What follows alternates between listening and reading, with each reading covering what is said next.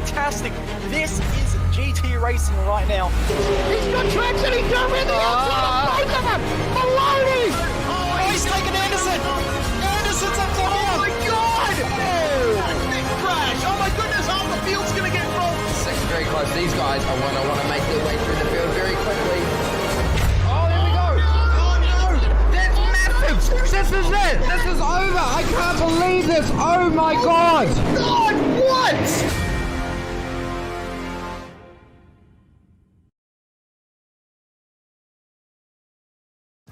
This is iRacing, the world's premier online racing game. iRacing puts you in the driver's seat to experience today's newest form of competitive motorsport, virtual racing, all from your home PC. Race virtually in indoor series from NASCAR, IndyCar, IMSA, the World of Outlaws, Aussie Supercars and more. Take on legendary circuits like Daytona, Silverstone and the Nürburgring. Join iRacing's global online racing community and get on track today at iRacing.com.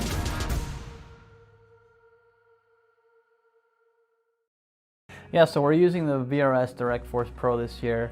We have a wheel adapter right here, so I'm using the rim I used last year, but the motor right here produces a lot of power, a lot of precision, and it helps me, just feel the car more, feel the car a lot quicker, especially, this week we're at Sonoma. I can feel it, when it hits the curbs, any little change in the car, the wheel reacts a lot quicker than your typical gear-driven or belt-driven wheel. For example, if you're on oval and the rear tires break loose, force feedback on it corrects a lot quicker than your typical wheels. There's no resistance pretty much as far as being able to make quick corrections on the wheel. So all that, paired with how precise the wheel itself is, it makes it to where it helps you as a driver, to find that extra hundredth or thousandths of a second. So when you're getting a direct drive wheel, especially the VRS wheel, it's heavy duty. It's got good weight to it, it's not a plastic toy. It feels like you can really beat up on it. A lot of people have issues with their plastic gear-driven wheels just kind of breaking after a couple years. This thing just feels like it can go forever. The forces are really strong where if you might have to let go of the wheel if you get into the wall. You can adjust all that with the settings on it and stuff, but the wheel itself doesn't play around. It's got way more strength than you could ever need, and that's what makes it good, that you can adjust that down to whatever the car needs. So initially you'll be able to get the controller box and the motor together, and eventually you will be able to add a rim onto that option. They'll also be including a button plate on it to put on the rim to have all sorts of different buttons and functionality. Also, pedals are coming, so that's a pretty big deal as well. Hasn't been covered too much, but the goal is to also have pedals to go along with the Direct Force Pro. So that's pretty exciting. The wheel feels good. It feels very much like a real world steering wheel. You just kind of feel like what you would imagine the car to feel like. A real steering wheel in a car is very smooth, it's very direct, very quick, and that's what this wheel feels like.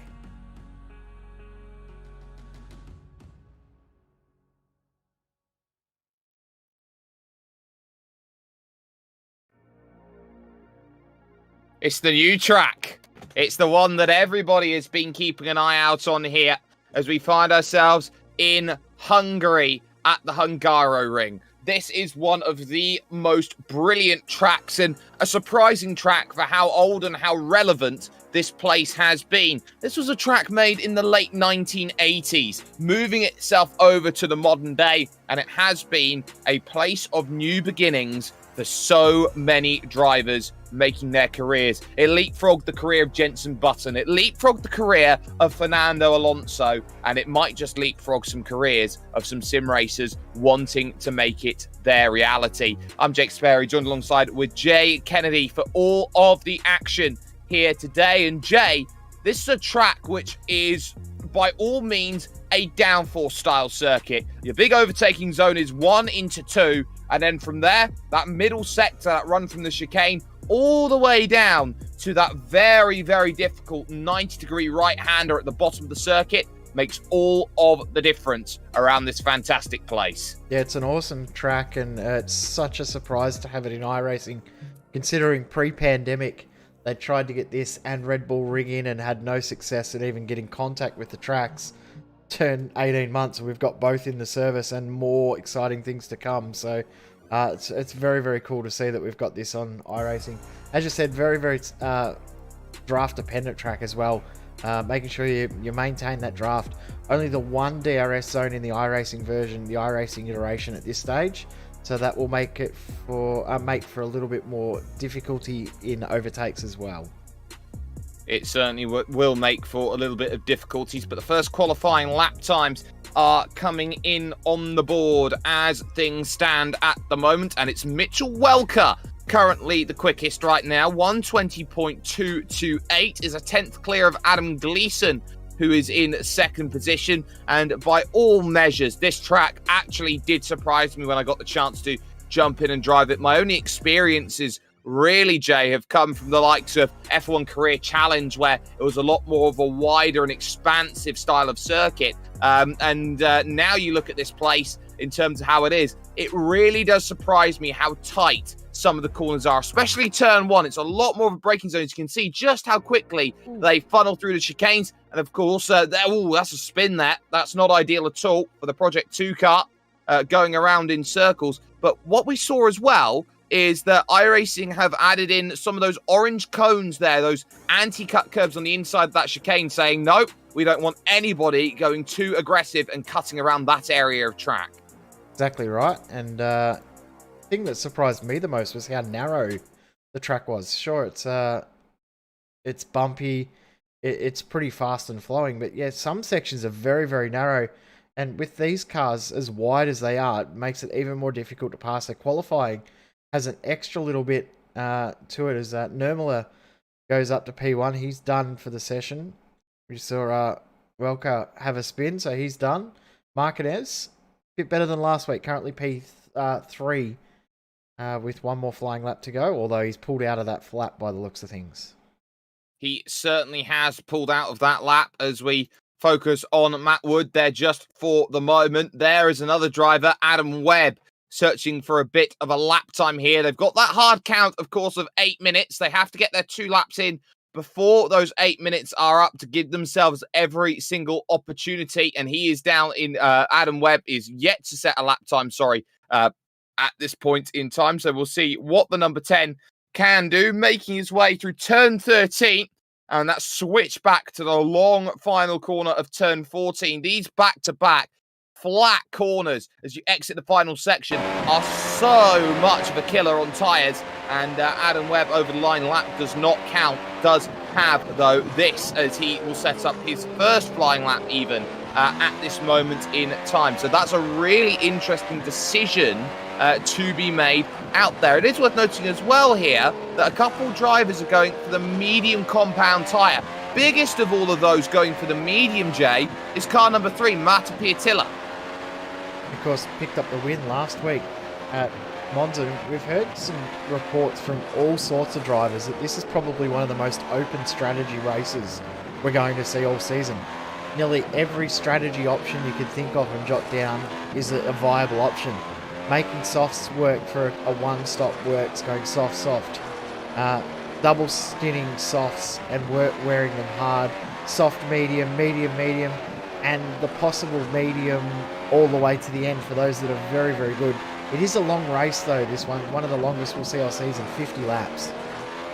It is, and those 50 laps are going to be key for the length of this race and how short this track is. As Adam Webb makes his way through 13, looking for 14 once again, and hoping that the lap time is on the books and on the money.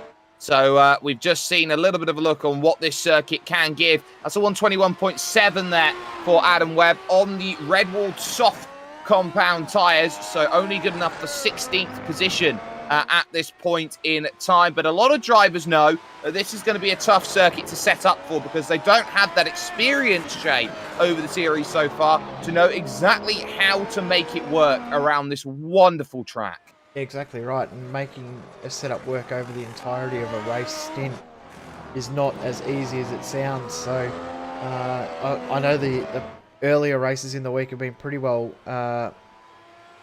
populated, so we've seen quite a few drivers do some test races. So thanks to those guys that have sent me replays to be able to help make a cool camera pack for this track too, because new track, Means all sorts of new challenges for us as broadcasters as well.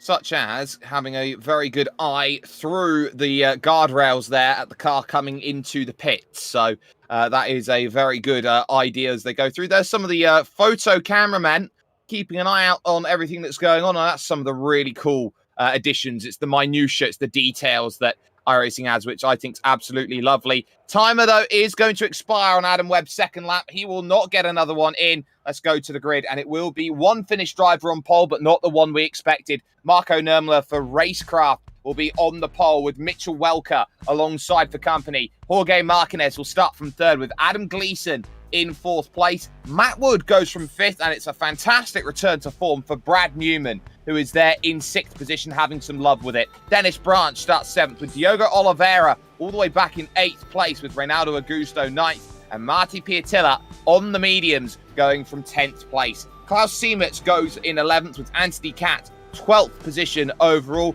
Following that is Kent Nielsen, the Canadian, and Adam Cohn, the New Zealander. Ray Griffioen goes from 15th alongside Adam Webb in 16th. Then it's John Pat Kelly and Jamie R. Hall there in 18th position. Then it's Martin Brandborg there with Ben Horrell, Jacob Swiderski, Jan Stratinsky, and Thomas Wieck. And not setting a lap time was Philip Schiff and two more drivers down the bottom, Stefan Piotrowski and the Swedish driver Isaac Ruska there, who has work to do from the very back of the grid.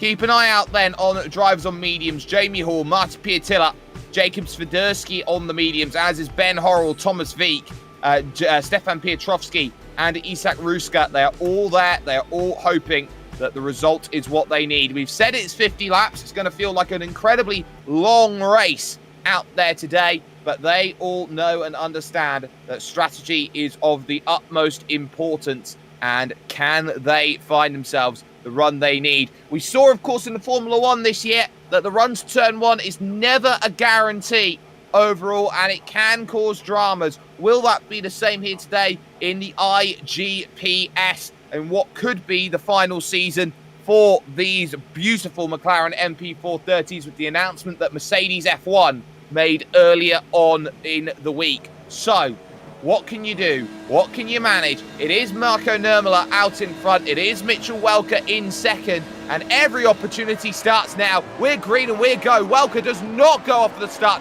What a great launch it was there from one Mr. Diogo Oliveira. He's already up there. Matt Wood's challenging for third place. They dive into turn number one. Wood has to get out of it there. And Martinez is going to get turned. Martinez gets a huge turn in the middle of the circuit. And everyone's going to scatter. Someone's upside down. I think it's Brad Newman who's gone up and over, going through. Very similar to Daniel Ricciardo with the same sort of livery. Disasters off the start, just as we predicted. Yeah, what a crazy start that was. And yeah, as you say, no surprise to see that happen at the start.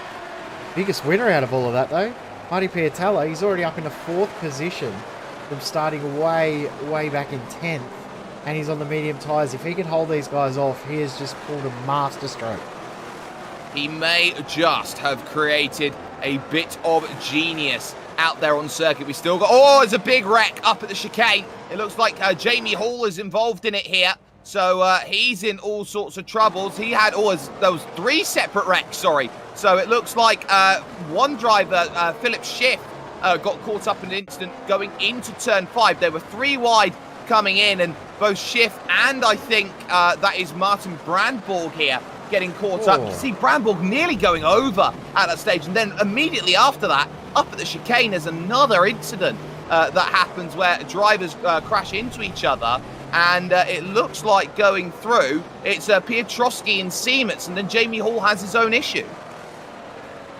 What a crazy start to the race we've had. If we can pick up this for Jamie Hall. Go back a little bit further and see if we can work it all out. That was happened just ahead of that incident we've just seen. So 3 huge crashes, and there's the other incident. And then Jamie Hall, I think he outbroke himself there and just decided to put it in the wall rather than take out an opponent.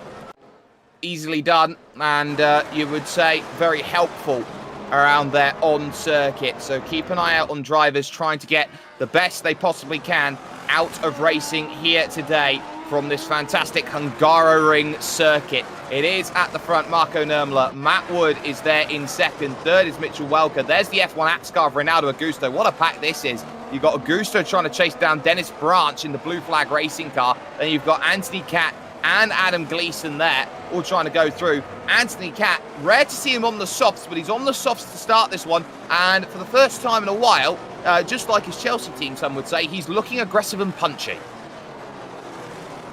Good to see him up in the top half of the field. We've seen him struggle to make his way forward in these races recently. We're already up 4 spots, so he's done very, very well. Shout out to Isaac Rushka in the 24 car. Currently up 12 positions. Started in 26th, now up into 14th position. So that's a good start for him. It is a very good start and exactly what is needed. And there's the wide line we just saw the back end of. Here comes a move, though, down the inside. This is Adam Cohn and Ben Horrell. And look at the drive off the exit that Adam Cohn's going to get. He's going to try and figure this out on the outside. He's not going to get there, but he looks for the inside of turn 2. It's off camber through here. As you descend, the track falls away from you with gravity as well, meaning that if you can work the outside line, you will have the inside up the hill at turn 3, and that has been the traditional move that we've seen around this circuit. Adam Cohn just finding out how difficult the dirty air is, moving up through in towards the big left-hander on track, turn 4. And difficult to get moves done in this section from here on back as well, so very, very narrow, very technical section of circuit. Hard to make those overtakes and make them work. So, Puck's back in behind and we're back into single file running. At the front of the field, Mitchell Welker trying to get this move done on Matt Wood. As Wood tries to hold on to this second position. DRS enabled now though. Certainly is, and this front stretch is going to be the place where we're going to see that DRS, that drag reduction system, enabled as they run towards turn number 1, slam on the brakes and go through the right. No dice just yet then from Welker, but he knows he's got patience on his side. He just has to be there waiting at this stage. So will this be a case of it works long term, or is this going to be a case of I want to get it done right now to make this a reality? We've got already 6 drivers a lap down in this race. They include Thomas Wieck, Jamie Hall, Kent Nielsen, Martin Bramborg, Stefan Piotrowski and Brad Newman. Both Martinez and Siemens were able to drive their cars back to the pits after lap 1 instance, Jay, and as such they are now over 30 seconds adrift in this race. Yep, Bramborg and Nielsen have continued on even though they are now 1 lap down, so they will struggle to get back onto the lead lap. They're going to have to pull master stroke somehow to get back onto the lead lap here, but they'll be out there to try and gain as many spots as they can and hope that the attrition rate remains high, as we've seen it very, very high to start with. Maximum capacity grid for this race at 26, and we're seeing the effects of that. We haven't seen a 26 car grid in a little while, so to see a full field of 26, 2 full splits is a great sight to see, considering we were talking off air that only 12 months ago we were struggling to see 1 full split of 26. Oh, I agree. And this is what has been so amazing about this series, seeing it claw up again and again. Now, driver into the pits here. This is interesting. That's Adam Gleeson. Question will be, will he take a stop in the box, or is he going out longer here in terms of this? You can see he's flicking through the gears. He's wanting to maximize his time here in pit lane. He will come to his box, it seems. He will take a stop at the end of lap 4. Damage on the front wing, I think, has forced his hand. He's moving on to the Yellow Ward medium compound tyres. I think a 1 stop from here is very, very ambitious, 45 laps. So I think he's converting this to a 2-stop strategy. Yeah, I agree. I think he's doing it now. Then he'll come back in at, say, lap 35 and put on some softs and go 15 laps at the end. That's likely strategy. 45 laps on mediums is a tough ask. It is possible, but it is a tough ask. Gleeson's not too bad in regards to tyre wear and making the tyres last, but I think even for him, it's a tough ask to make that happen.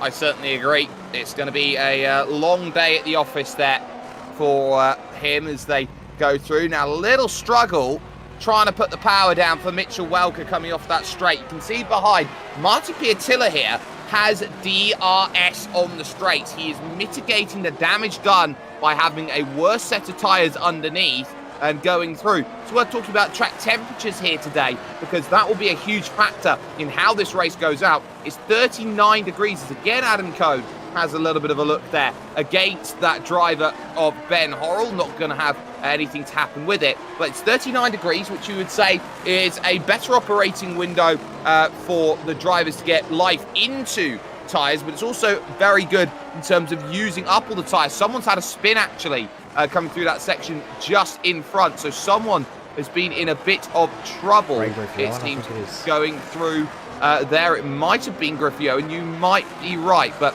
it's going to be very important to see this as we check it out in the virtual racing score replay.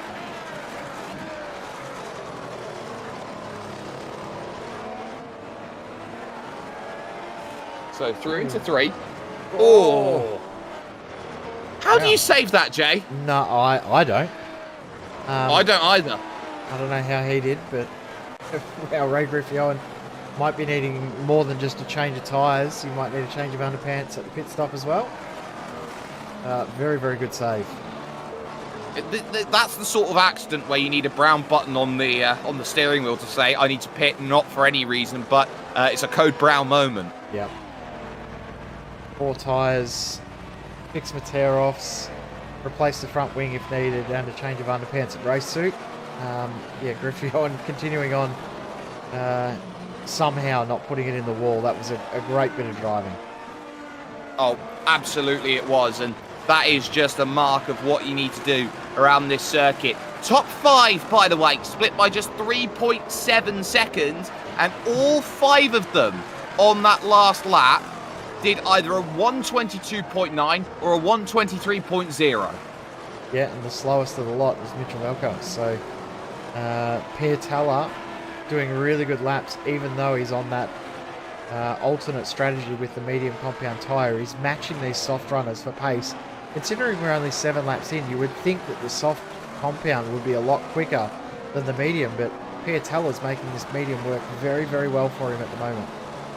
I'm not sure whether it's the fact that there's that much difference from it, or Piatella is just driving like a driver possessed at this moment in time to keep himself in range of Welker just in front. Of course, the most famous Mitchell Welker found himself in a Super Bowl once upon a time, lost to someone called a Tom Brady, whatever that may be. But at least at this stage in time, they're making that good progress here in the early stages of this race. We're on lap 8. We're expecting those pit stops to come in. They've got to try and reach around lap 22, 23 if they have hopes of a one-stop strategy working. And it's going to be a long lap 22, lap 23. They'll find themselves out as there are battles up and down the order. Ben Horrell now is looking behind because Adam Cohn's got to run to the inside of turn 2.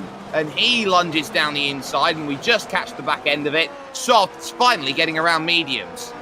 Yeah, Ben Horrell had done a good job to defend that spot for so long, considering DRS for Adam Cohen. But as we said before, only the one DRS zone here down the front straight, so not as easy to get the moves done with DRS assistance as in real life. Of course, there are 2 DRS zones here in real life, and iRacing trying to get the second DRS zone in as far as I understand. So we'll hopefully have that in for next season, which could be one of the most exciting yet in iRacing Grand Prix Series.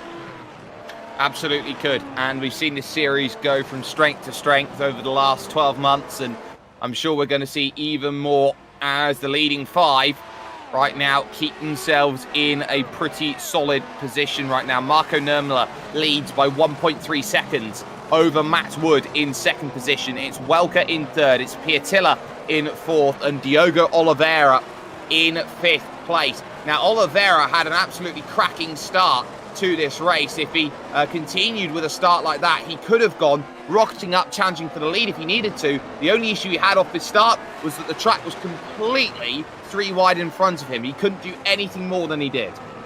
There was almost 4 wide in front of him at some points as well, because of course we had cars off the racing surface as well as the 3 wide going on. So he if there was more track there, he would have used it and been able to get more spots. It was a great start, but just unfortunately wasn't able to get the full advantage of his brilliant launch that he had. Now, in 5th position, of course, started in 8th. He's going along quite nicely at this stage. Now, in regards to pit stops as well, we're looking around lap 15. We're going to start to see the first pit stops happen. And that's going to be for those who want to maybe two-stop their way today, go soft, soft, soft, and use that as an advantage with the tyre life early here today in this one. Of course, they're also dealing today here with a track that is very, very hilly, Jay, and has 26-kilometre-an-hour winds coming in from the southwest. So that might not be helping them too much on this front stretch. It's almost a crosswind as they go through. But it's as they make these runs which become so key. They get a great launch in towards turn number 2. They get a great launch through the second half of the circuit. Wind today is not going to be helping them in terms of getting overtakes done. No, exactly right. It's absolute polar opposite. The wind direction is a bit of a mistake there for Oliveira. Missed the apex, but didn't cost him too much time. Just also seeing Philip Schiff in the pits. The other thing with the wind too, it can actually unsettle the car a little bit. Strong winds with the hilly track. You'll find that there'll be pockets of wind as well, wind where it won't be in other areas. So it can also catch you off guard a little bit too. One of the cool things though is the amount of work that iRacing's done on the flags here, so no excuse for the drivers not seeing that it's windy out there. No, I agree with that statement, and these drivers as well, new track means new boundaries to explore, and they can see some of the Pirelli flags just fluttering about in the wind, and fluttering a lot around in the wind actually around this place. But the key as well is off-track incidents. Of course, this is the brand new standard that iRacing is doing. There's a rules tab in the iRacing sim that tells you where exactly the track limits are, and that is 40. That is all 14 corners have got that in terms of where the track limits are. It is on corner exit, the edge of the red and white curbing, everywhere on this track, so you know you've got the curb but no more. And if you use all your 17 incident points up, that's a drive-through penalty for the day. And we saw that last round. We saw a couple of people have to drive through. We've seen in previous races it cost people with drive-throughs as well. So we'll no doubt see someone drive through, especially with so many laps to be done at this track. We'll see that drive-through. Interesting to note as well, the gap between Nurmela and Wood was around about 1.5 seconds. It is now down to the magic 1 second bracket and just under. So you can see here the second phase of the race, or of the stint you could say, for Matt Wood. It's giving him what he wants in this one. Lap 11, and he is just slowly clawing his way back in. And this needs to be a good race today from Matt Wood, because he knows that he has been struggling over round number 1. It wasn't the greatest start to the defence of a title, and he wants to be a driver that goes out there and can give a title defence. DRS flat wide open, first time that he's had that today. And as you can see behind, into the pits comes Mitchell Welker, who was starting to drop. Diogo Oliveira is going to follow him in lap 12. That is very early. Yeah, that's surprising how early that is. So they're in 4 tyres already. 38, 39 laps still to go. So still a lot of racing left in this race. Surprised to see them in this early, but they'll obviously have worked out the right way to tackle this strategy. I'm guessing they're going onto the medium tyre because they're staying on softs, both of them. I was going to say might be looking to go to mediums purely because of how much pace Piatella's got and showing that the mediums are actually working here. Well, here's the issue they have. They're out in traffic right now. They've got to get by Jacob Swiderski and Jan Stratinsky. Oliveira's got to find a way around John Pat Kelly as well. So this is going to be a tough. So the foe, Aston Martin, now is going to be interesting to see how that on medium tyres goes. And they are older medium tyres, and it's getting right up underneath. You can see just how much that Welker is having to check out. He's going to try and maybe have a look towards that chicane, angle it up, but again, just not enough of a run here in the middle sector to make it happen. You are a passenger from this point all the way now to turn 12 out there on circuit, and that's a nightmare. Yep, narrow single file racing through here, and I guess the one positive is the tyres may not quite be up to temp as they're 3 wide into turn 12. And Velker's compromised and not going to be able to get it done. He certainly is. Nobody else has decided to come in this early, as in fact into the pits does come someone. That's Adam Cohn making the stop. So in comes Stratinsky. He gets out of the way as well. But really, you start to see why this track is difficult and why track position matters. Welker looking for the move. Going to go to the inside to try and pick this one off. He's late on the brakes, and a big wide line is going to be given. In fact, so wide that you can park the entire fleet of buses from the capital of Budapest down that gap. And that is Jacob Swiderski losing the spot. Have a look at how close it's getting at the front now. Down to 0.4 of a second between first and second. Nurmela now starting to feel a lot of pressure from behind from Matt Wood. And Marty Beatella just sitting there, watching, waiting. I don't think he's too keen to get the move done. I think he's just happy and content watching these two ahead fight. And he'll pick off the pieces as they come. Surprised there that Nurmela didn't dive in for the pits that lap. He'd been closed in and closed in and closed in some more. But it ultimately is not happening there. Racecraft in the lead by team. Matt Woods independent in second. And there you got that VRS Coanda SimSport car in third place. Marty Piatella, car number 3. 3 by iRacing. Into the pits now comes Anthony Catt to make his first stop. He comes through out of the pits in 6th position. He dived in, into this one. And this is a very, very slow pit lane as well. Just 50 kilometers an hour. Yeah, one of the slowest we see in iRacing. And interesting that the balance between soft and medium definitely is swung in the medium's favour. You can look at that lap time there. Piatella versus Nurmela. 7/10 faster was Marty Piatella last lap. So we're going to see Nurmela in this lap, you would feel. Track conditions haven't really changed a huge amount since race start. Still just under the 40 degrees Celsius. But they are looking more difficult as Mitchell Welker just sets the fastest lap of the race. No surprise, he's got to get that going. Look at the gap he's actually pulled over Diogo Oliveira, who's only just now got through Jacob Swiderski. So he's done a wonderful job as we keep things in perspective here with these drivers. The top 3 looking fantastic out there at this stage. You can see them line astern, and this is the sort of phase of the race where Marty's going to start going and gaining that advantage on that yellow wall medium compound tyre in comparison. Wood sends it in deep. He's left the door open here for Marty Piatella, who's going to have a chance now to go around the outside of turn 2 if he wants to get it sorted. Wood gets a much better drive. Big send to the inside from Marty Piatella. Locks up the front. Wood gives him just enough room as they go through. And Marty Piatella here has got the move sorted, or has he? They'll fight up the hill. I think Piatella's got the move done. Unbelievable overtake there from Party Marty. What a pass that was.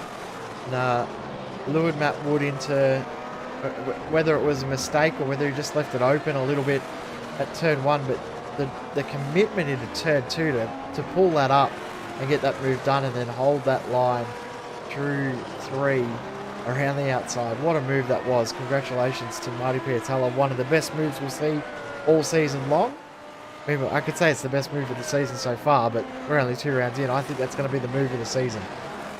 That is a fantastic move, but Matt Wood as well there had to really open up the steering through the corner to make sure there wasn't an accident. So Marty Piatella pushed it in a little bit too much as Martinez comes in, and now the race leader comes in. Marco Nurmela bites the bullet, 15 in, and Woods had a moment. Woods had a big moment going into the final corner, and he has dropped a bundle of time. What's happened here for Matt Wood? I think he spooked himself. I think he was trying to go into the pits. Oh, no, leader's in. I'm going to stay out. And then he spun it. Yep. Wasn't sure what to do. He wanted to do the opposite of whatever Nurmela did. But realised too late what was going on. Or maybe was too busy looking at his black boxes trying to sort out a pit stop. But, yeah, uncharacteristic mistake there. And it's quite interesting. Behind. I just want to point out that there has been an incident for Jorge Martinez over that last lap, as that's very interesting where he's come out there. Marco Nurmela in the stop. He's behind Welker by a long way, but Martinez and Schiff came together on that last lap, and for Jorge Martinez, he got uncharacteristically angry over it. Interesting, we just saw him in the pits, so pit stop time Doesn't look abnormal, so it looks like he's got away without damage, but that's a second pit stop for Martinez in this race. And he chucks on yet another set of soft tyres. So looks like the soft strategy call for most of the drivers in the field is the plan of attack, but the medium or medium soft, whichever way Marty Piatella's going. At the moment, looks like it might be the strategy of the race as Matt Wood comes in. Yeah, Matt Wood looking to make his stop, and he did lose a few seconds after spinning the car up, deciding whether he wants to go on the lane or not. He will go down to the 5th to last grid box here at this Hungaroring, and he will take his service then, and it will be just about under that Aramco bridge, as there goes the race leader, absolutely flying by Mitchell Welker. Nurmela there, and Oliveira, we say net race leader as well, because it's not a guarantee that he'll be the leader when he comes out. But Matt Wood here is going to come out with Jacob Swiderski yet to make a stop. So he gets that done. He's in a scrap now with his race with Dennis Branch and co. The positive for Matt Wood is he came out just ahead of Swiderski, because if he was behind, we would have seen the same sort of issues that Oliveira had earlier, getting past yellow wall tyre runners, the medium tyre runners, struggling to get those moves done as we're at 1/3 race distance. We've had more action in this 1/3 of a race than what we've seen in other races for an entire 200 kilometres. It's been an incredible race so far, and we've only done 66 kilometres. Exactly, and it's going to feel like a really long race, these 200 Ks. It's one of the slower average speeds on the calendar, because there aren't necessarily that many straights that get you up to top speed and get you going at that level of pace. So for all of these drivers, they know that it's going to be a long, long road to get themselves forward. What's going to be key now, though, is who is yet to come in and make a stop. In ahead of the leaders is Marty Piatilla, of course, who is part of the leaders, but the 17 of Ben Horrell is yet to come down in and make a pit stop, Jay. So this is going to be interesting, whether Horrell's going to make that stop in the next 7 laps or so, or whether Mitchell Welker is going to catch him and get around. I think it's going to be before that, as we just take a little look there. I believe Dennis Branch having himself in a little bit of a battle right now. He has got himself through now on Jacob Swiderski. Yep, Swiderski didn't make that too hard into turn 1 either, so move done. Yeah, only the 3 cars yet to pit, and they were all the drivers that started on the medium tyre. Piatella, Horrell and Swiderski. Everyone else has made a stop. And yeah, I'm guessing we'll know what the strategy is come lap 26, because if they haven't pitted by then, they're going to try and run it as far as they can and go to softs. If they come in around halfway, well, then they're going medium, and I think medium looks like it might be the strategy to go for, the pace that Piatella has. I think this is Piatella's race to lose from this point. But here's the trouble with Piatilla's strategy. He did a 1:24.4 on that last lap through. Welker is going to come to the line pretty soon, as Nurmela is just a corner away behind him right now. You can see 22.7 from Mitchell Welker. So the difference is about 1.8 seconds over the course of the lap. It's going to be a lot of time that you lose to gain a lot of time in the mid part. But again, it's going to be how Marty Piatilla maximises that middle phase of the race. These next 6 or 7 laps are crucial for Piatella to hold on to make this medium work. If he can get it to 25 and still be doing, you know, low 24s, mid 24s, he might be okay. Got a 20-second lead over Welker. And Welker gets the move done. Wow. Have a look. Get that on the VRS replay, because that is an unorthodox place to get a pass done, and that is just pure tyre advantage. You can see he's already checking up behind Ben Horrell. He maximises that out wide. Horrell understeers through the middle of the corner, not by much, but enough that he can just send himself up the inside and say, tarry by, I've got better tyres than you. Yeah, and Ben Horrell wouldn't have fought that at all. He would have known that the tyre situation was completely different between the two of them. So on he goes, and now Nurmela ready to get the move done. I think Nurmela's misstep of hitting a little bit later than Welker still going to be okay, because remember, Mitchell Welker pitted really early on lap 12 So his tyres are going to be hurting. He's going to have to do an average of 3 extra laps each stint to make his tyres work over Marco Nurmela. That will be a big advantage for Nurmela come the end of the race. Philip Schiff is in the pits. He's had an issue coming out of turn 4, threw it in the wall off the exit of the curb, and now he's in the pits and effectively out of the race. As in comes Swiderski to make his pit stop. First really of the medium runners that we've seen, and this is a shock. He's only been able to make them go 20 laps, which says to me he's going to need a little bit of help here to get himself through. He's gone on to a set of soft compound tyres. He's bitten the bullet and gone for 2-stop soft. Well, I actually think there may have been an incident here with he and Ray Griffey-Owen that's forced his hand here. So at turn 12, I believe something's happened here. Well, he's looking for the inside, and unfortunately my feed's a little bit of a something. That's Anthony Catt, actually, I believe, oh, yep, trying to go down the inside there. So he gets the move incident. done. And no, I think he just comes into the pits all of his own accord. I think he is strategically going for a 2-stop. Yep. Straight up on my timing that both of those guys had lost 2 seconds on that lap, so I'm guessing that was just down to the lack of pace that Swiderski had, as Jan Straczynski now comes into the pits. No, he's had an incident. He has had an incident, Oh. and you can see the rear wing's gone, and it's through turn 4, and the front's gone. The front fell off, and it's exactly the same way that Philip Schiff lost it. We'll see it here on the Virtual Racing School replay. That curb at turn number 4 is going to be so tricky. It reminds me of Road Atlanta's curb. As you go through, he just gets on it, and bang, it's gone. And that'll probably end up being race over because the car's crabbing a little bit as well. So that was a very, very heavy hit in the wall as Ben Horrell loses another spot. Live Pitches does not fight at all over Diogo Oliveira. Lets Oliveira go without too much of an issue. Knows that they're not in the same battle, even though they are in the same race.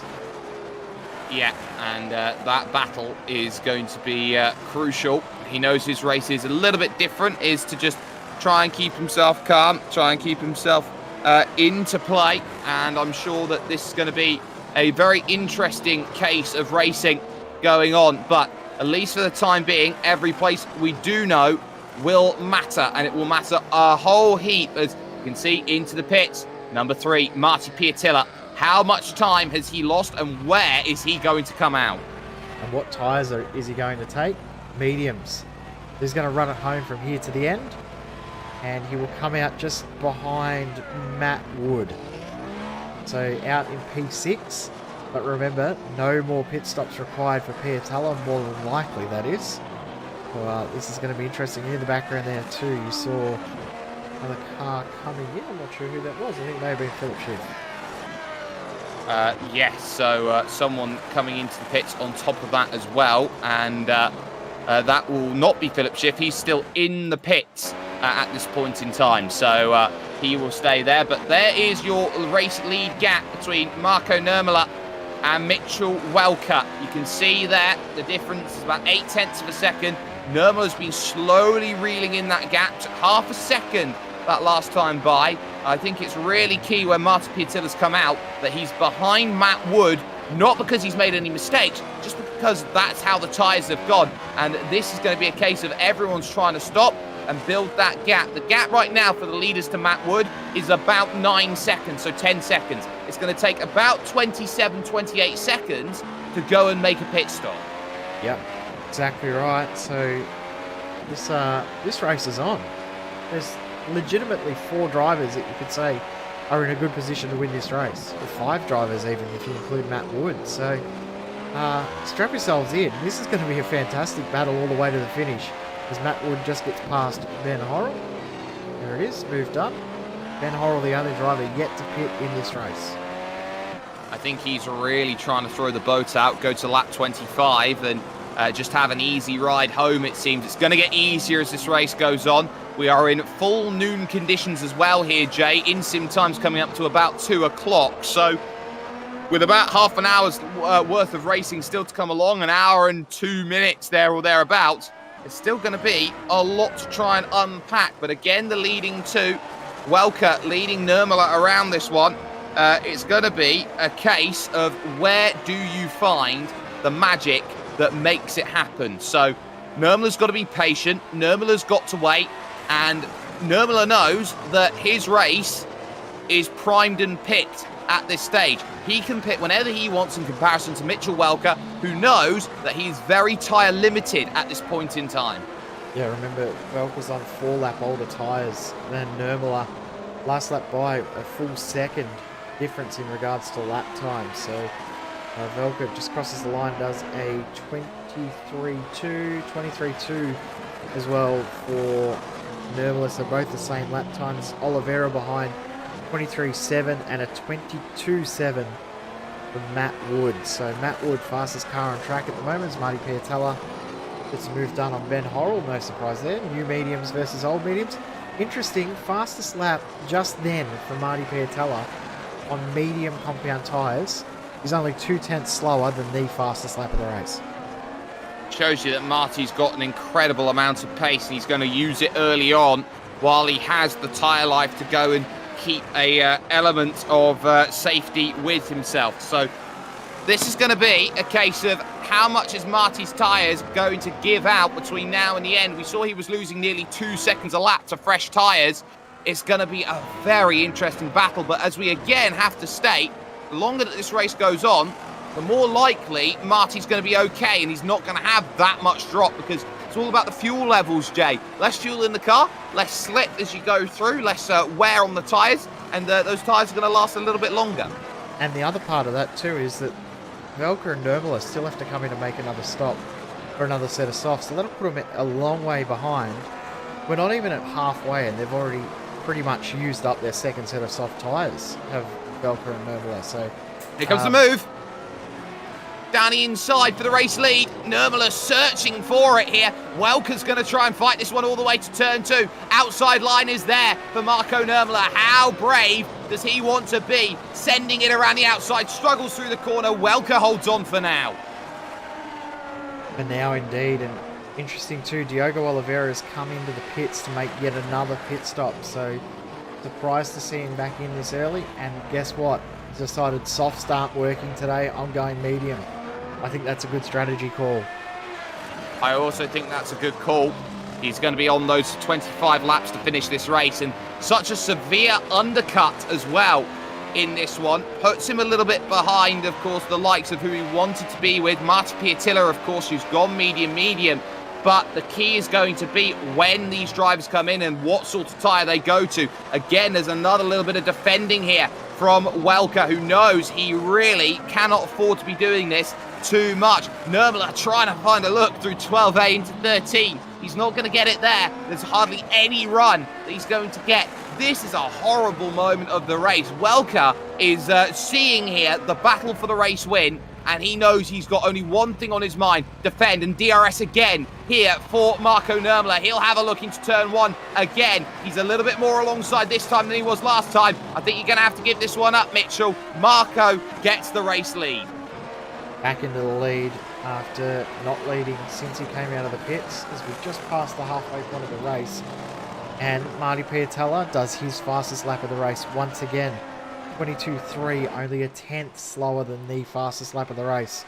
So Piatella is flying right now, and that move had to happen for Nurmela to have any chance of holding on to this race victory. Yes, but that battle cost them so much. They both did 124s on that last lap. Yeah, crazy how slow their pace was in comparison. There's Piatella there, so gap is under 8 seconds for the lead. Piatella is in such a good spot now. We've also got another battle a little bit further down. Adam Gleeson, who's holding the last spot in the top 10, there is up against Ray Griffiowen, who is on those soft compound tyres and is running around at this stage about half a second a lap quicker. So into the chicane, 6 and 7 out on track, and Griffiowen just absolutely clatters the orange curb, and his chance of an attack goes away on this lap. Yep, he's going to have to work hard to close that gap in close enough once DRS comes back around again. Of course, he's on 12-lap old soft compound tyres, and Gleeson is on effectively worn ones. He has pitted once, but of course that was on lap 3 to come in and get that replacement nose cone and swapped over to the medium compound tyre at that point too. So he's on 21 lap old mediums at this point. Welker's tyres are shot. Yep, I was just about to say, that gap is now out to 3 seconds between Welker and Nurmela. Mitchell Welker has to come in now and get mediums. There is no way that he can get another set of softs the last 20 plus laps, or he's going to end up in the wall. Has he got a puncture? He may have a puncture. God, he's struggling so much through every corner. I think he's worn those tyres completely down. Goes through the left. It's Matt Wood who's going to turn up on the scene. And this is agony through this section. Matt Wood's not going to know how to get by through this section of road. He'll have to wait for this next right-hander that comes along of 11 into 12. You can see he's just so much earlier on the power. Thank you and bye. That's Piatilla, by the way, just behind, who we're expecting to be in the right place at the right time for this race today. Welker's got to come in this lap. He cannot stay out any longer, and he does indeed decide to dive down into the pits. What a shame. He just ran the tyres past its prime. Ben Horrell and Dennis Branch are battling as well. Of course, Ben Horrell still yet to take service. Right on cue, in he comes. Oh, wow, 27 laps on the mediums, and he'll come down in for probably a set of mediums.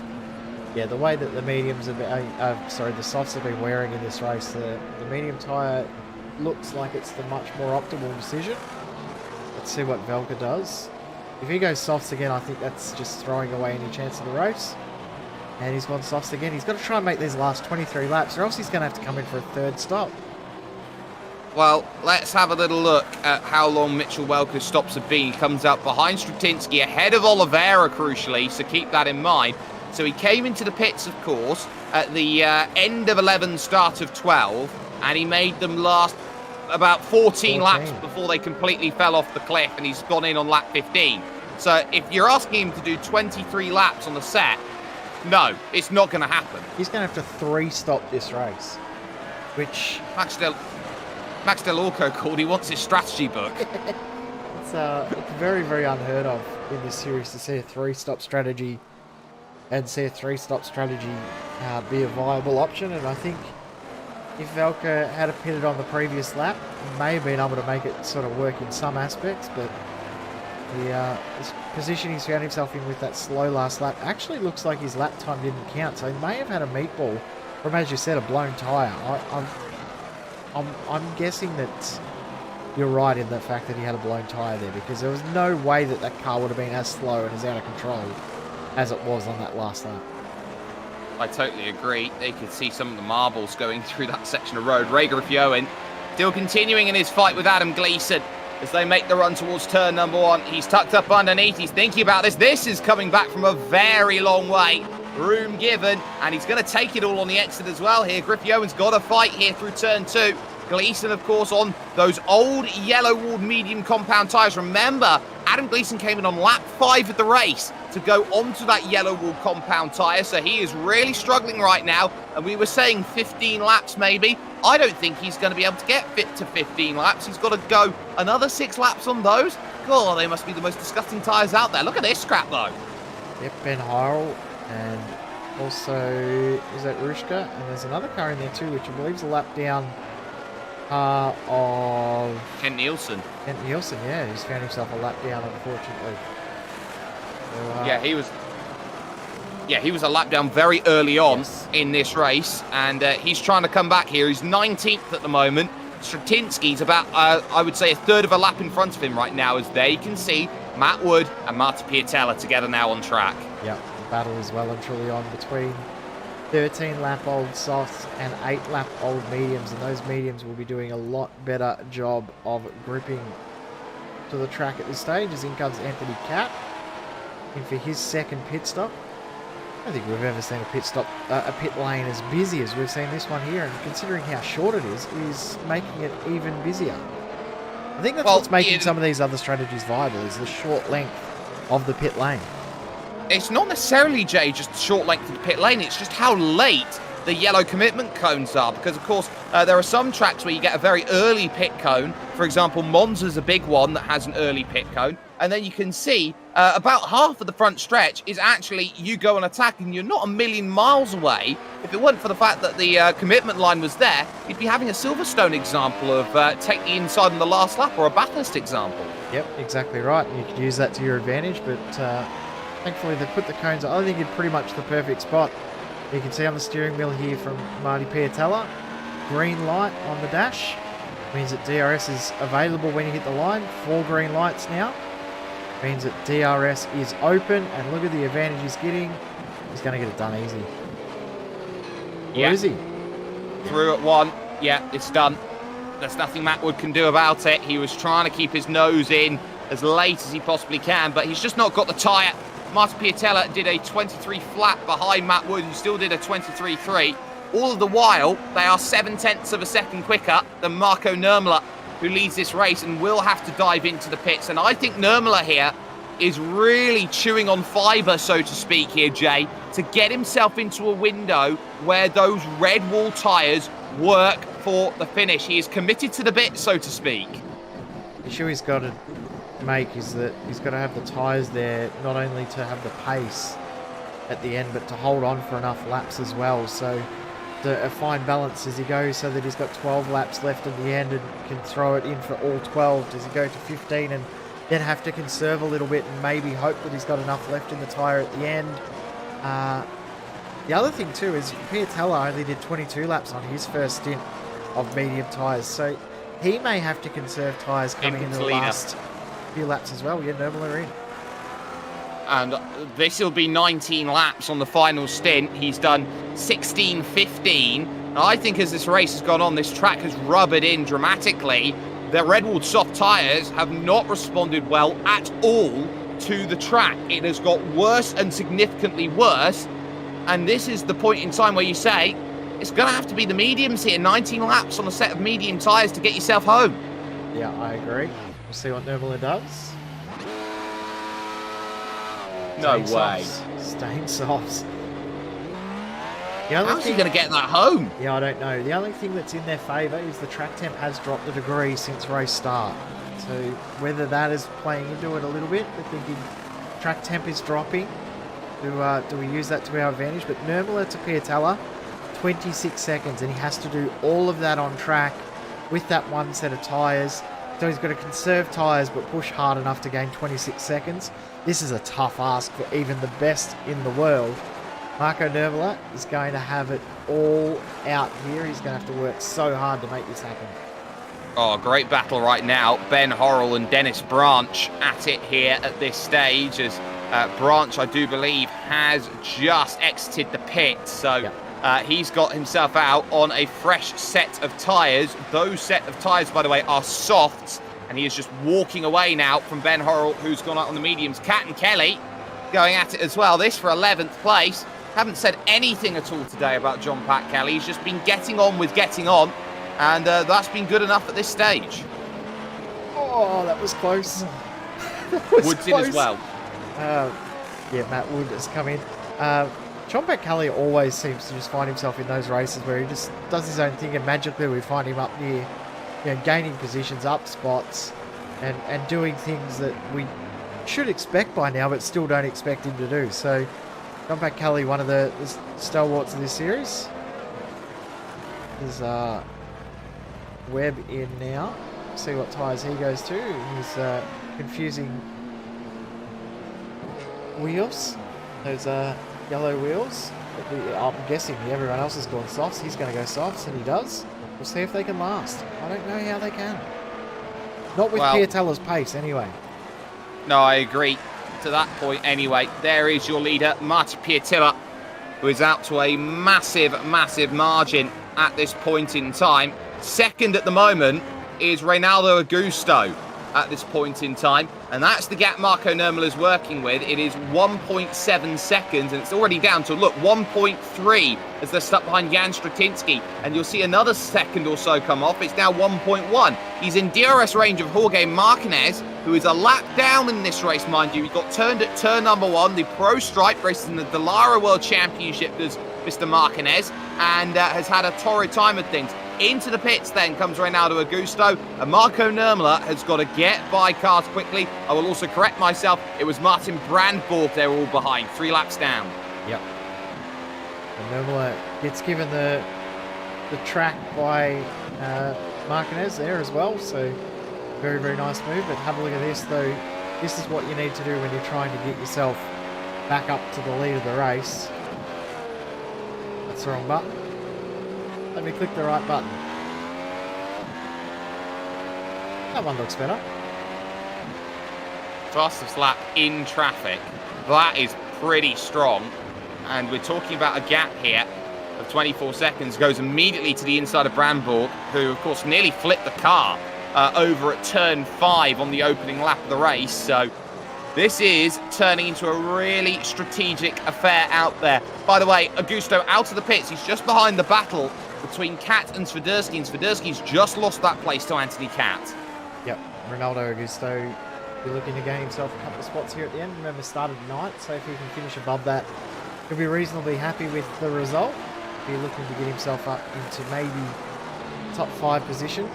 And as soon as Nurmela got the fastest lap, he had it taken away from him by Adam Gleeson, who did a 1 minute 21.9 and then a 1 minute 21.8 in his 2 consecutive laps. Well, Adam Gleeson's in 11th place. He's trying to chase down that group just in front of Augusto and Swiderski and Cat. So he's got reasons to be going quick. And there's no bonus points, so to speak, in this series for a fastest lap. But there is pride, and pride, I guess, is the great motivator of all sim racers. The biggest motivator out there of almost anyone, I think. So he's looking to gain as much as he can from here on in. Remember, he started in 4th, so he's a long way back from where he started after the lap 1 shenanigans that happened. Now we'll be looking to get himself forward as Swiderski comes into the pits. Coming into his last stop. Yes. I've just been doing some math, some mental math no. about Nurmela and Piatilla. The gap there, 1:21.8. That was 1.4 seconds quicker that last lap than Martin Piatilla. He needs to be, on average, about 1.7 seconds a lap quicker to catch that before the end. So either Nurmela's got to go quicker, or Piatilla's tyres have got to absolutely collapse. And the second one is almost definite that it will happen. It's whether there's enough tyre left in Nurmela's car to be able to take advantage of Piatilla's tyres dropping off.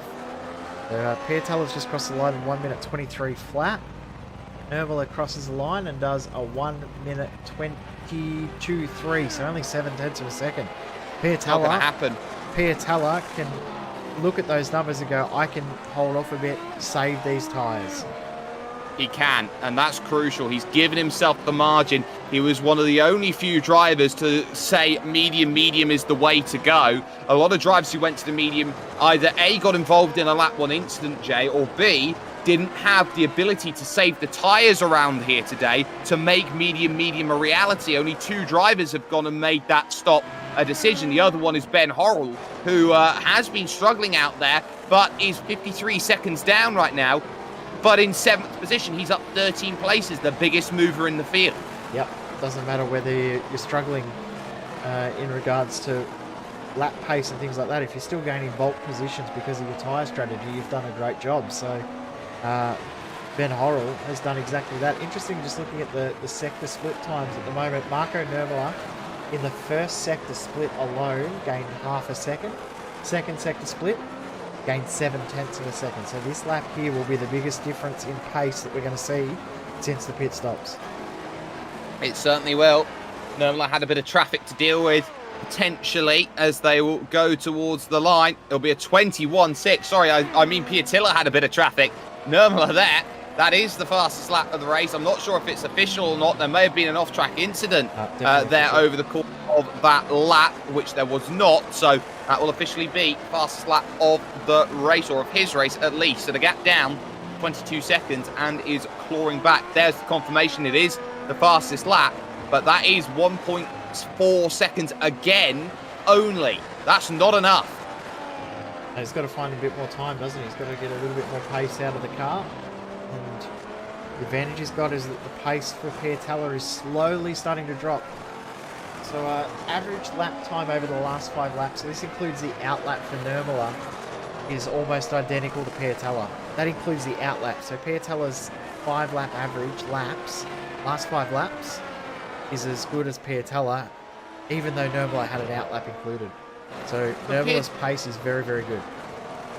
But Piatella has just put 3 straight laps at 123.0. That is a level of consistency that very few drivers can match. And that's why he's a former World Championship driver in this car, mind you.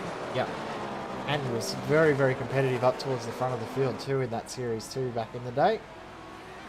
You know what the time is this time for Nurmela, and it's a 22.1.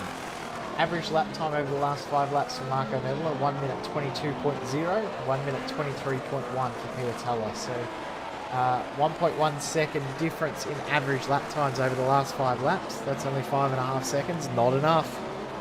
No, especially when you've got 13 laps to go and 21 seconds to close. So I think this will be about consolidation. Matt Wood is second. Matt Wood's third. Mitchell Welker, by the way, is in 4th position and has reason to be concerned here over this last stint, because that is the yellow-walled mediums behind of one Mr. Diogo Oliveira, and that will be a case of, can Welker's tyres hold up? We know he pitted early, had to pit because of the blown tyre, and he's in a very similar spot again.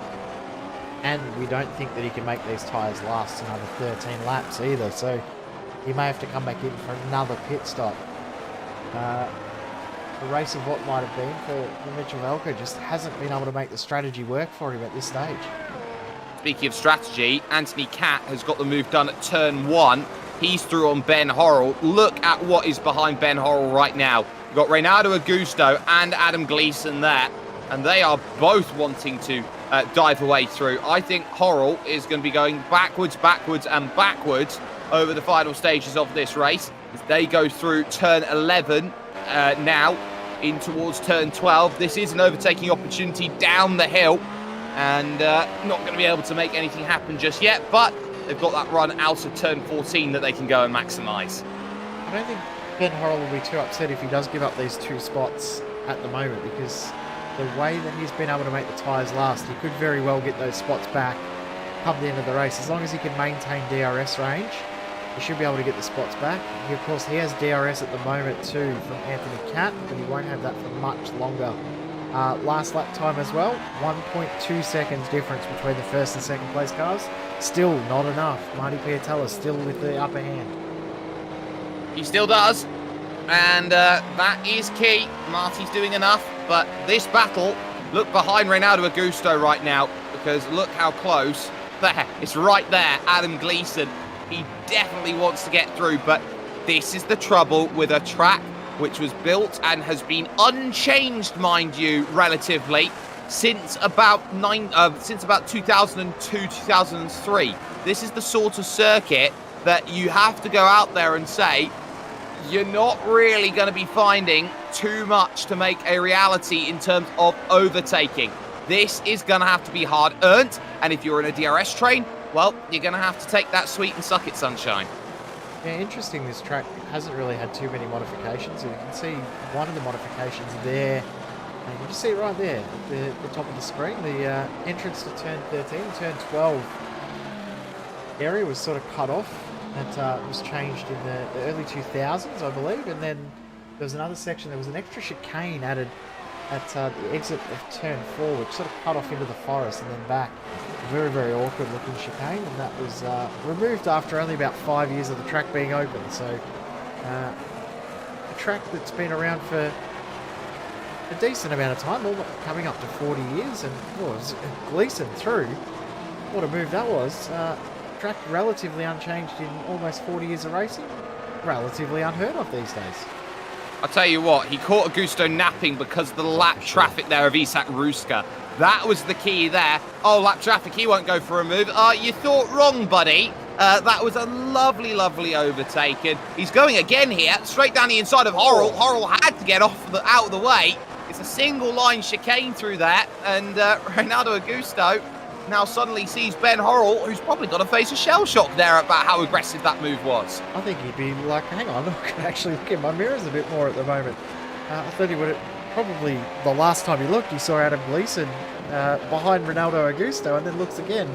And all of a sudden, Gleeson's going up the inside. So, nice move in the end there for Adam Gleeson, and Ben Horrell now, once again, has Ronaldo Augusto tucked in underneath that rear wing. At the front, still 16 seconds, still not enough. No, 16.2, but it is looking good so far over the course of this, and time's going to fluctuate up and down depending, as they can see Oliveira still there fighting with Welker, the fight for fourth place in this race, and get this, they are half a minute behind the leaders. We're seeing pit stops. There's pit stop delta around about 26 seconds, so 26 to 30 seconds, I should say. So Velker's going to end up a minute behind because we know he's almost definitely going to have to pit again. Oliveira, he should be okay to make these tyres last week on the mediums.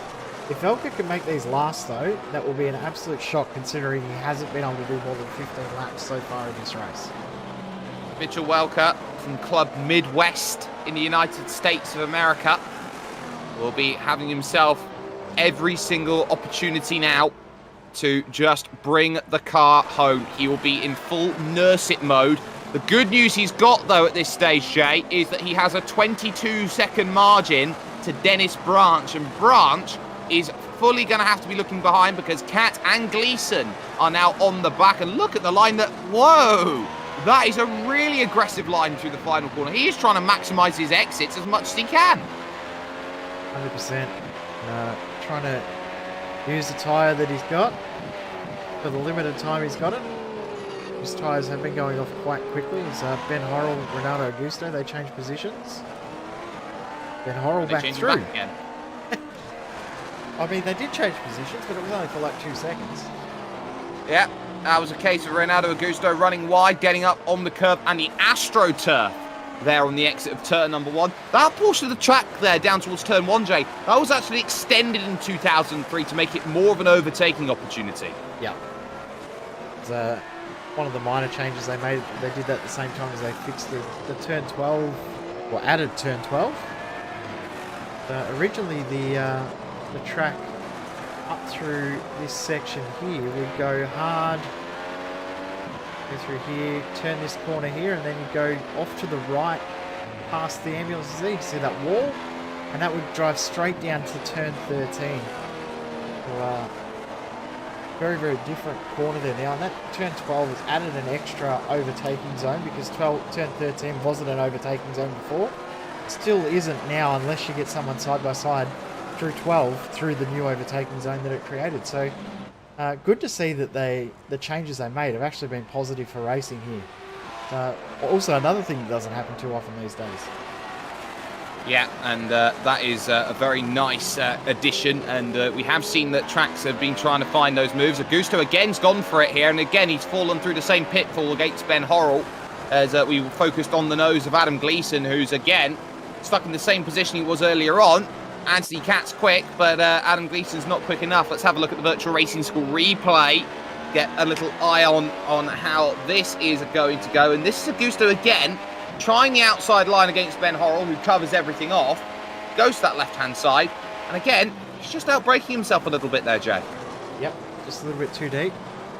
Also probably wasn't up as far as he would like to get the move completed, and as we said before, DRS isn't there to help you make a move, it's to get you in a position where you have to do the work yourself, but it gives you that extra little bit of help, so it doesn't do the move for you in the end. No, Hermela, 14 seconds, still way too far back. He's got to gain 2 seconds a lap now.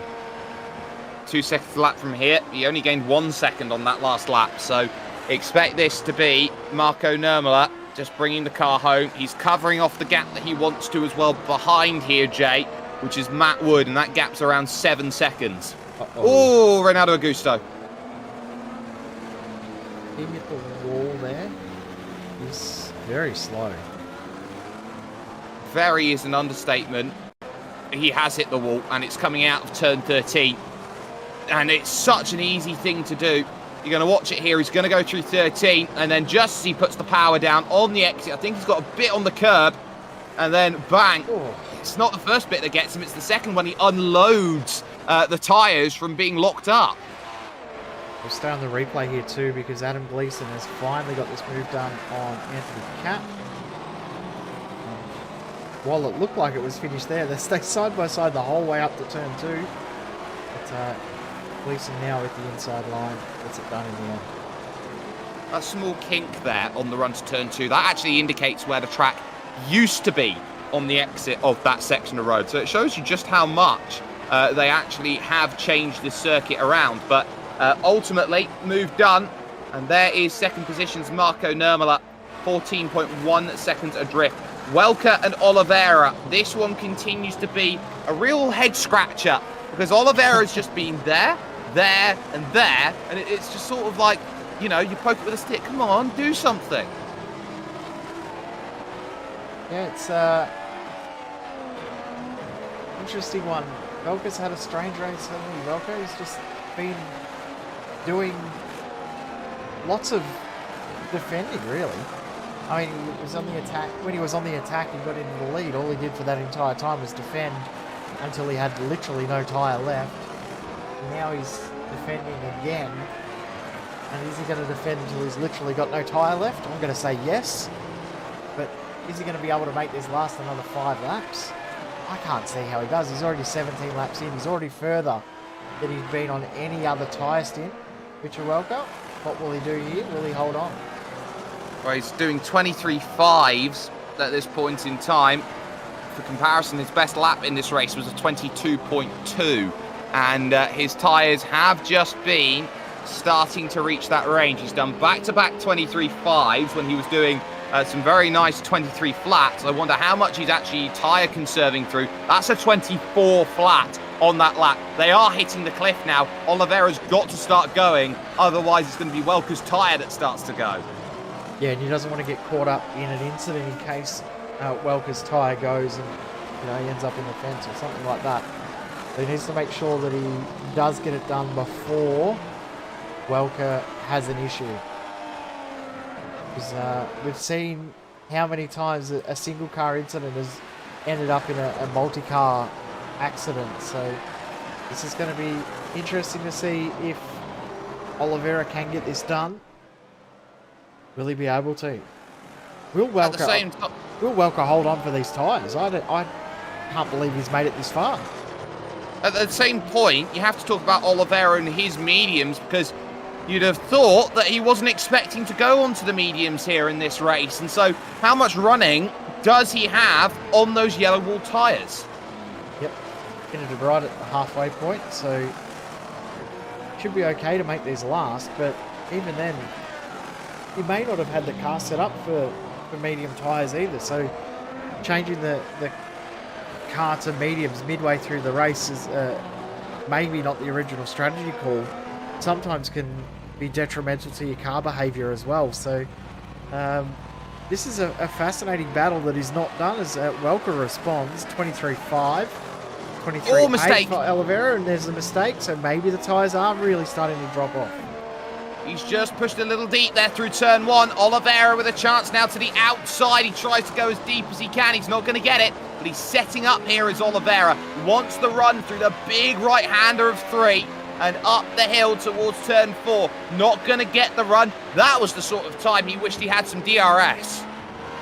Yeah, he wished there was a bit of extra DRS around, or maybe had a little bit extra battery power left, but not quite close enough to get it done yet. It's fascinating, this battle, and we're going to see these two fight all the way to the checkered flag, I feel. And fingers crossed it doesn't end in tears, but my spidey sense is tingling. I feel like this is going to end bad. Well, your spidey sense is right more than it is wrong, Jay, and that is a credit and a statement for how long you've been in sim racing and seen issues happen out there in the race. Race being led right now by Marta Piatilla. The gap is 11.5 seconds to Marco Nurmela, and he is just coasting his way around home to victory. Matt Wood, by the way, in third position has got the gap down to 4.6 seconds. So Nurmela can't feel comfortable. Remember, he pitted in earlier. He lost 0.6 of a second on that last lap. One thing too, on this lap alone, Piatella has lost 1.4 seconds. So the gap, while we're saying it was okay, Piatella's tyres may have reached that cliff and he's now having to conserve. It is still 9 seconds, but if he starts dropping into the 26s, it's back to race on again. That's the question. There'll be 2 laps to go when he crosses the line. And it's been a long slog of a race, over an hour and 5 minutes. They've been out there on track. And remember, he only took 22 laps in his first stint, as there is Cat trying to deal with Ben Horrell. So Cat's had a moment out on circuit. He's dropped back behind and he'll get back through Ben Horrell. So it's at turn 1. Oh, he's had a huge moment and it's going to be even bigger. He's going to go into the corner, and I think Ben Horrell here, it's just completely cleaned him out. Yep. That's a rather decent hit there. And guess what time Piatella just did on this lap? 26. 26-0. His tyres are at the point of potential no return as Oliveira now. He's got the run, and they're side by side coming into the DRS zone. DRS open. This should be Oliveira's, and he's through. And I'll tell you what, Welker was not happy that he went around the outside to try and get that move done. He was trying to cover it off, went around the outside, and then went for it around the outside, and Welker's like, oh, hang on a minute, you're not supposed to be able to do that. There's a virtual racing score replay will come up a screen on this move. Now watch the setup here from Diogo Oliveira. Thinks about the outside here at 13, and Jay, he just goes all the way around at 14. And that's just making sure that he had enough tyre left in the car to be able to do that, and then forced a shallow exit from Mitchell Welker. And Welker says, no thanks, I can't hold on anymore. And you're right, he'll be disappointed about that. And already 1.5 seconds, 2 seconds ahead is Diogo Oliveira. Yeah, and he's gone. Tyres flat, you can hear it. Uh-oh. And that is not what you want to hear. We were thinking that Welker's not going to make it will last that long. And again, it's not lasted that long. But we are on the final lap of this race. It will be a final stop then. Unless he wants to try and drive this around, he can make it home on that blown tyre. Of course, he is having that puncture and he is going to do that. He's going to try and drive it all the way home. He's got the gap. Martin Piatella did respond better on that lap, 24.6. Nurmela's tyres are starting to really hit that level as well. And that gap is coming down. So Piatella just has to drive this car around calmly. And he's got the job done that he so very much has done so. Through these S's sections, it has been a big think drive. Nobody was really able today to make medium work. But Marty saw it from the moment he set off today from 10th position on the grid. He saw that this was going to be a really tough track for tyre degradation, and he has done what everybody else has been unable to do through turn 13 and now turn 14. Crown your first winner at the Hungaroring in iRacing's iRacing Grand Prix Series. Marty Piatella gets it at the double and does so with a brilliant strategic piece of mastery. What a drive, and back-to-back wins as well in this series. So congratulations, Marty Piatella. Marco Nurmela, in the end, will probably be happy with second, considering how many others had strategies falter around him.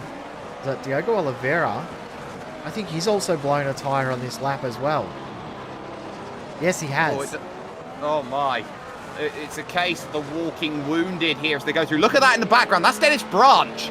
That is Dennis Branch in the background. He is not a million miles away here from Welker, who's just going through the final corner, and he's safe. Welker's safe. That's Stratinsky just behind. And then Dennis Branch, I think, was about 3 seconds adrift. Look at this. They're going to fight all the way to the flag here. That is Ray Griffioen. What a scrap. Horrell around the outside. He's going to hold on here. What a finish. Horrell around the outside to steal 9th position in the end. What a battle that was, and still one more battle still going. Adam Cohen versus Jager Zvedinsky. Zvedinsky on 14-lap-old softs versus 22-lap-old mediums. And I think Cohen's going to hold on. Yeah, he is. Adam Cohen beats Jacob Swiderski there over to the line. And a race which I think really does show how difficult it was today. An extra 10 minutes in that race in comparison to what we traditionally have. And my goodness, did the medium tyres need it here today. And they did win that one overall. Martti Pietila, it's a Finland 1-2 here today as Pietila's medium strategy works out ahead of Marco Nurmela in second. Matt Wood coming home in third place. Tyres popping for both Oliveira and twice for Mitchell Welker means it's fourth and fifth places respectively, with sixth position going to Dennis Branch, who was just a bit outside. Adam Webb then is seventh with Adam Gleeson in eighth. And look at that, you can throw a blanket over those finishers. 3 seconds there, or 2.2 even, splitting seventh from 10th. Ben Horrell in ninth and Ray Griffioen in 10th position.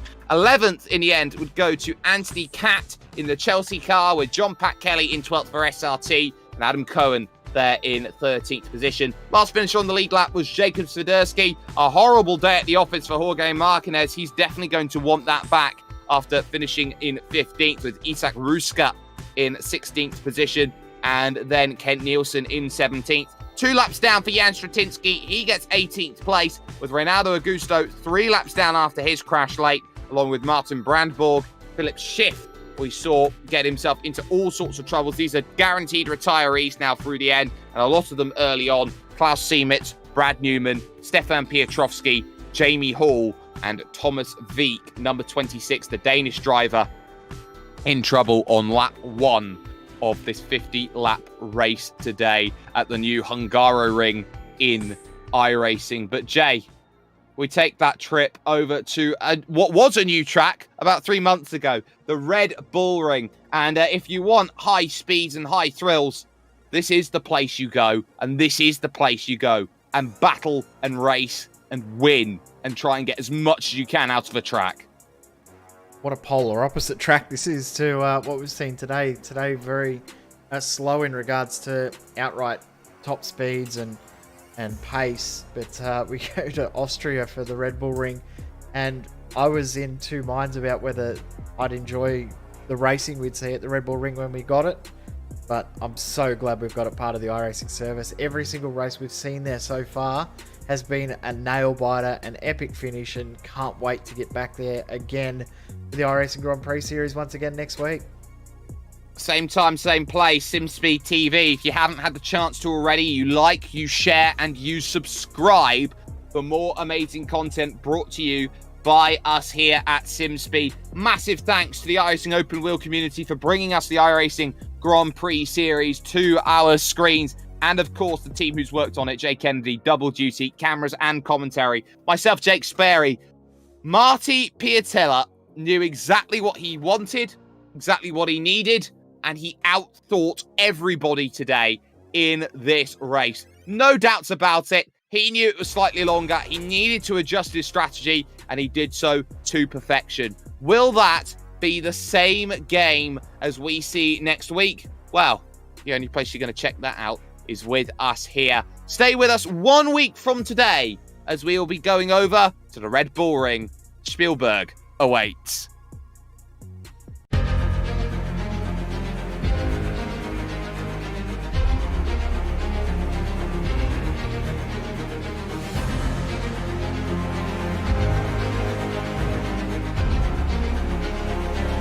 This is fantastic. This is GT racing right now. He's got traction, he's got everything outside of both of them! Maloney! Oh, he's taking Anderson. Anderson's up top. Oh my god! Big crash! Oh my goodness, half the field's gonna get rolled! Second very close. These guys are want to make their way through the field very quickly. Oh, there we go. Oh no! That's massive! This is it! This is over! I can't believe this! Oh my god! God, what?